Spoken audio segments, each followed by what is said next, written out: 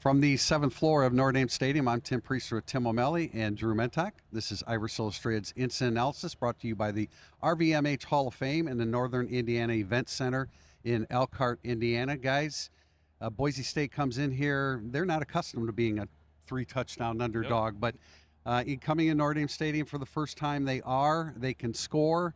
I think we're still going to find out today exactly just how good the Boise State defense is. We'll talk about that a little bit as far as their pressures that they'll try to put on C.J. Carr. But, Tim, what are you looking for here today? Got a lot of confidence in Notre Dame's offense. The way C.J. Carr, the way the offensive line is helping C.J. Carr is crucial. Obviously, we're going to get into Boise State's puncher's chance in this game, but when he has time, he's able to scan more and more of the field.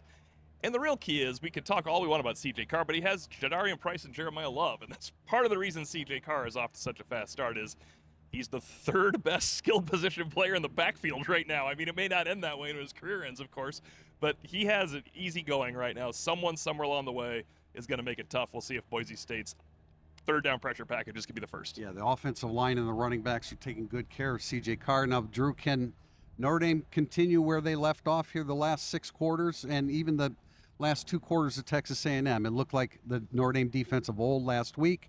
Can that carry over against a Boise State offense that has some weapons? Yeah, and I think that's really the biggest test. I mean, this is a team that, even Arkansas, we can maybe excuse their poor performance away from some of their cultural issues and things really falling apart there. I think this, we'll see if the progress Notre Dame has made on the defensive end under Chris Ash has really kind of coming to fruition, and that's maybe something we can expect more consistently, because I think this is going to be a more disciplined team and can maybe take advantage of some of the mistakes Notre Dame was making earlier in the year that maybe Arkansas didn't, especially once things kind of got down big. And going back to the running game too, I think Boise State, this is a team that I think they give up almost 4.3 yards per rush, which is 87th, and they haven't played that same level of competition. So this, going back to that, I think Notre Dame should be able to run the ball well today, or Boise's going to have to devote a lot of resources to that to stop it. If you look at, I don't know if their skill position players are accustomed to playing to this level of football. They aren't.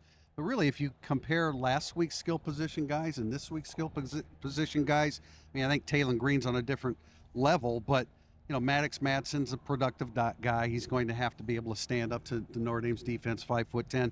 But Chris Marshall and Latrell Caples at wide receiver, Matt Lauder at tight end, and Dylan Riley and Malik Sherrard at running back. Those are some pretty good skill position athletes. Yeah, I don't think it's the skill position that Notre Dame has a massive advantage over. It's when you get into the lines of the trenches and in situations like that. I think, look, if we're going to discuss ways that Boise State can stay in this game, but a good way to stay in this game is to drag Notre Dame's defensive line into the mud a little bit, right? Arkansas is a quitting program that went 7 for 7 on 3rd and short. Texas A&M, Notre Dame held down the run except for the 3 1-yard touchdown runs, which you're supposed to stop too. That's part of football when they're down there at the 1-yard line. Can Boise State be that patient? Can Maddux, Madsen keep them in advantageous situations? I think Notre Dame can really take it to them if they can get them in 3rd and long, because I do think the secondary is improving. Tay Johnson, Adon Schuler, Zachary's just better by playing more. He's going to be a great corner, not a good corner. So. Mark's actually be a great corner. He's not there yet.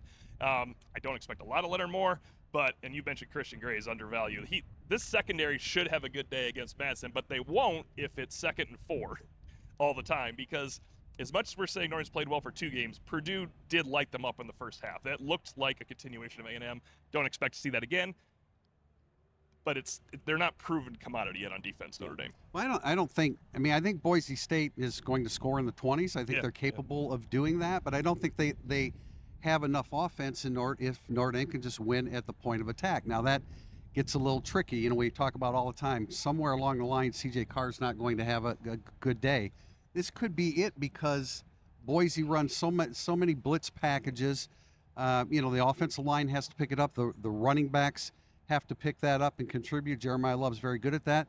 C.J. Carr is not the most elusive when things break down. So to me, if they keep C.J. Carr clean, he's going to have a big day. Yeah, absolutely. I agree. I think if they're picking up those blitzes like they did against Arkansas, where he went 11 for 14 when they sent that type of stuff, then this is going to definitely be a good day for Notre Dame's offense. I also think too, just with if Boise, like even against South Florida, when they had a bad game, only scored 7 points. They still had like 380 yards of offense. So going back to O'Malley's point too, it's those third and longs when you can get them off the field, you have to, because even in their bad games, they still move the ball. You just have to keep them out of scoring opportunities, and that I think is a big key. A couple of things here to consider.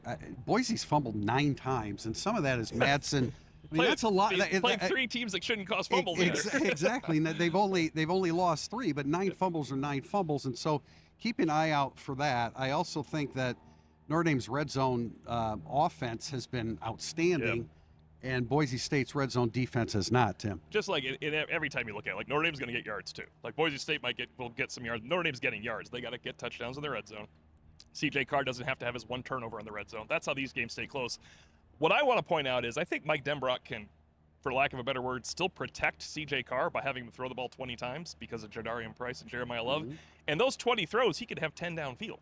Like he could be a dominant player throwing 20 passes, completing 15, throwing a pick, whatever, getting sacked once. That would still be a way winning performance for CJ Carr. He doesn't have to throw 30 times against Boise State. Yeah. And I think that's a really good point too, because we saw, against Purdue, he didn't have to throw the ball much. Yeah. That's the biggest thing they say about him is he wants to make those winning plays, and I think that will help him today, where if it makes sense to run the ball way more often and hand it off, like he's going to make those checks, and I think that's an encouraging sign from a young player that he can let go of those plays. Marcus Freeman talked about Notre Dame has to win one-on-one battles. He meant that with offensive linemen.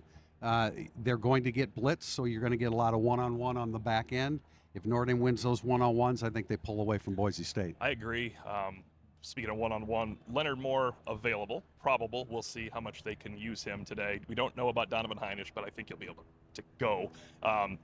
Cole Mullins and Elijah Hughes are there, though, so Donovan Heinisch, be good for Donovan Heinisch to play 14 snaps, not 41 snaps, because obviously he's nursing a shoulder injury a little bit.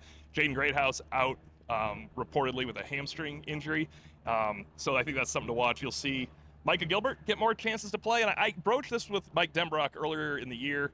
When I saw Gilbert on the field with Malachi Fields, I thought he is improving as a player because he's not just Malachi Fields' backup that comes on for 2 snaps. Right. He actually he's part of the run game as well. Micah Gilbert going to play a little bit of a role today with Jaden Greathouse out. I think he will. That's it from Notre Dame Stadium pregame, Notre Dame Boise State.